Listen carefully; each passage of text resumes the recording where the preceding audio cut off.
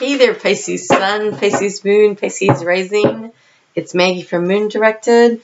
At this channel, we generally work with the energy of the moon, but today for April 2019, we're going to use the Sun, the Moon, the Earth, Venus, Mars, and Mercury, and see how we can best tap into those energies for the most productive month possible. I was sitting here trying to feel into your energy, and oh my gosh, my head felt clear. It was so exciting.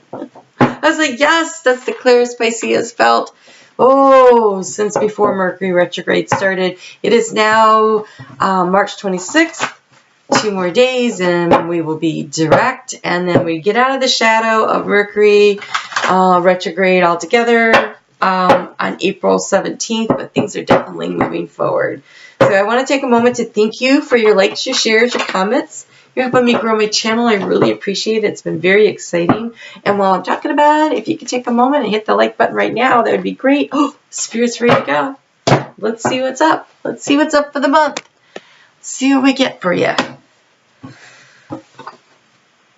All right. Here we are. It is the end of a major cycle. Well, I don't know. I feel like it's the end of the Mercury retrograde cycle, but there might be another cycle. But there was so much that was swirled around and deep diving into the past and just dredging up things. And here you are, looking spectacular. The Queen of Cups. Keeping a few secrets to yourself, caring for others, nurturing, listening, being emotionally satisfied and comfortable with where you are. It looks really good. Nice start. Nice start. Okay. Yes, stepping into your power, feeling good, feeling clear-headed. I like to see that. I like to see that a lot. Okay. So, that sun is in Aries right now. And it'll be there until April 20th when it moves into Taurus. And so for you, that would be your second house. Aries is your second house of self-value, self-worth, self-esteem. And then when it moves into Taurus, it moves into your third house of communication, which is great because it's just a couple of days right past the time when Mercury is out of the shadow. And Mercury will also be moving into Aries at that time. And so communication should open up and start to flow a little better. But let's just see what we have. Oh, look what you got. You have commitment. My commitment increases my joys and freedom. Okay. It could be a commitment to yourself to improve your life through management of your financial resources. It could be a commitment to yourself to take care of yourself better. So that's a value of self-worth, self-esteem. I feel like this feels more like a commitment to yourself on something that you've been working on through this retrograde process. It stirred up something. It brought something up. It was an end of a cycle, and now I feel like you've committed to taking better care of yourself, nurturing yourself, loving yourself. And so if you can really and truly commit to that, then you will bring in that joy and that freedom that you seek. And so then Mercury is direct. It's in Pisces, and then I think I already covered it. Gets into Aries on April 17th. So let's just see what kind of guidance we're going to get from Mercury. And you have release. All the stuff that's been stirred up, all the things. This is that end of this major cycle of the world that we've got going on there, where everybody's putting stuff together. The hands and feet are working. It is time to release and let go of. So all this inner soul work that you were doing, all of this effort that you've been putting in during this retrograde period, now it's time to release the negativity and commit to the joy and commit to the happiness and commit to yourself. Commit to self-care and self-love and forgiveness. So release what's not working so that makes room and invites a higher vibrational level to bring in the things that you would like to have. Focus on what you want, not what you don't want. And so then we have Venus. Venus is currently in Pisces. That's very nice. After being in, analytical Aquarius, Venus likes it better in Pisces. It's kinder, it's compassionate, it's self-nurturing. You know, you might just have a relationship coming. I see this because you have sexual freedom and you have commitment.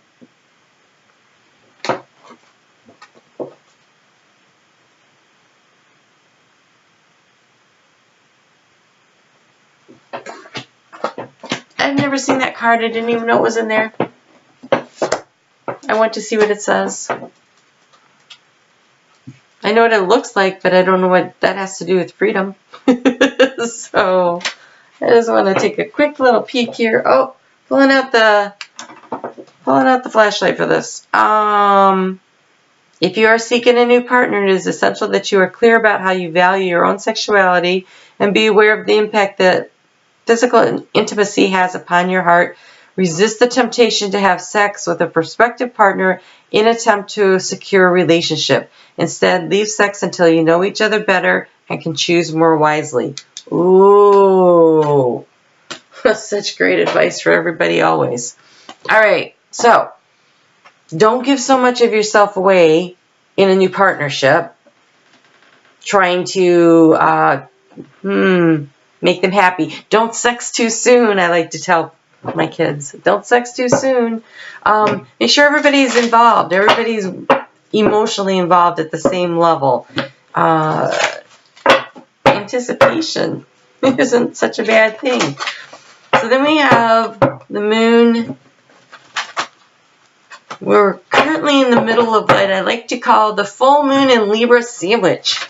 We had the full moon in Libra on the 20th of March, or the 21st, and then on the 19th, that was at 0 degrees of Libra, and at the 19th of April, we have another full moon in Libra. Very unusual to have two full moons in the same sign in a row like that. This one's at 29 degrees, and so it is the releasing the things that don't work in your life to keep your life in relationships in an emotional balance.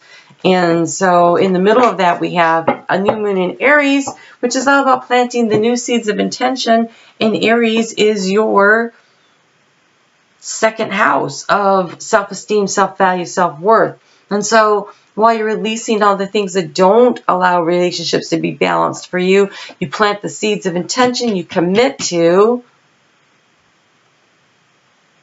planting seeds where you establish your sense of self-value and self-worth in relationships. And again, they're doubling down on releasing the negativity. Okay? That could be negativity. I'm sure it was stirred up during this retrograde. So your negativity could be different from everybody else's. But say you have a negative attitude about yourself. Negative self-talk is the worst thing in the world. It could be negativity that was dredged up from your childhood where you just don't, because it's your second house. This is what I'm worried about. Your first house and your second house. I am worried that you don't think you're worthy or valuable or important, and you are. So commit to loving yourself enough to wait in a relationship until everybody is at the same place. Don't jump in too soon. Don't jump in too soon. And in the meantime, just keep loving yourself. When you love yourself, when you truly love yourself, then you vibrate on a higher level and you bring a equal vibrational match into your life. And you find someone that is also able to love themselves, which means that in turn they're able to love other people. When people don't love themselves, then they're always looking for somebody to fill that void, and they aren't actually giving any of their own self away. Ooh, you have family harmony. Nice. That's for the earth. And you have first steps. Breaking down the problem into teeny pieces makes it easier to take the first steps. And then this will be the first steps in a relationship. Taking teeny steps in a relationship. Don't go running down the road, getting too far ahead of yourself, okay? Give love time to grow. Listen to your intuition. She keeps some of her stuff to herself, right? The Queen of Cups keeps her emotions. There's a lid on her cup of emotions. She doesn't spill it out there. She doesn't share it all. She keeps some of it to herself. Really important that you do that. Really important that you do that coming up here. But it's nice because it looks like you have an opportunity. That's so nice. Alright, so a little guidance from Mars. So this is interesting because we have Mercury going into Aries. Okay, Mercury rules Gemini and Mars rules Aries. So while Mercury is in Mars's sign of Aries, Mars is in Mercury's sign of Gemini. So they're going to be, at the end of the month, communicating very well about action steps. Like moving things forward in whatever direction you want. And so it'll take a little while to get there, but after Mercury gets out of the shadow and moves into Aries, I think things are going to really start clicking along there. Wow, you have a lot here. Seek the counsel of the crystals. This is listen to your intuition. Listen to your intuition. Be the Queen of Cups. Listen to your intuition. Face your shadows. This is the part where you're releasing your negative attitude. You're not perfect? What? Are you kidding right now? Of course you're not perfect. If you were perfect, you wouldn't need to be here. We are here to learn, to grow. If you don't face your shadows, then you can't love your light part. And so it's all part of it together. And we have synchronized with the lunar time and energy. Lady Luna's magic. Divine timing. Divine timing, and things go in circles and cycles. And right now we've got this full moon sandwich and a relationship balance. And so it's a really great time to release what doesn't work so that you can invite in what will work, what will be beautiful. Commit to loving yourself and not settling for somebody who is needy and demanding. They need to be able to give to you as much as you give to them. The balance, right? Or it's not the right relationship. And love yourself enough to walk away, because if you can walk away from the wrong relationship, that gets you that much closer to the right relationship. All right. Oof.